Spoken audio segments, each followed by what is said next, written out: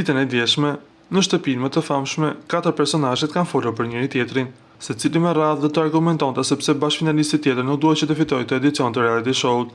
I pari që mori fjalën ishte Gjesti, i cili për lajërtin tha: "Ka përdorur shumë karta prekse, të cilat janë patriotizmi, i ka shfrytzuar për lojë. Lajërti është respektuar, po sa ka bërë këtu respekt ndaj të tjerëve nuk është aq.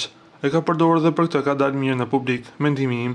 2 karta shumë të rëndësishme, është munduar të tregohet shumë burr i sjellshëm. Lajërti ka patur lojë me Valbonën, se ka dashur kurrë dhe u pa. Edhe tjetra se është munduar të tregohet shumë i ditur, ju ka dukur vetja në ajër. I ditur je, por aq shumë sa me ul një tjetër kënd nuk është mirë. Nuk ka bërë lojë për mendimin tim, nuk ka qenë vetvetja."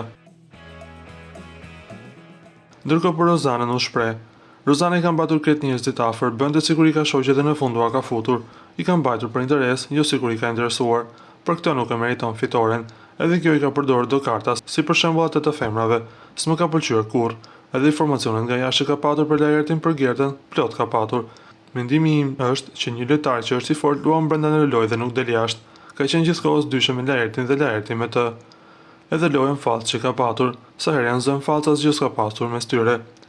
Kur erdhi radha për Eglin, Gjesti tha: "Egli pse nuk e meriton fitoren?" Shkurt, shqip. Egli nuk e ka ditur lojët, nuk e ka ditur çfarë është ky spektakël.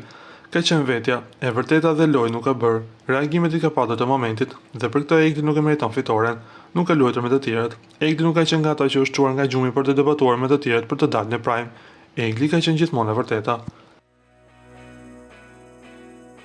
Lutem klikoni tek butoni subscribe për të marrë të rejat më të fundit nga Showbizi shqiptar.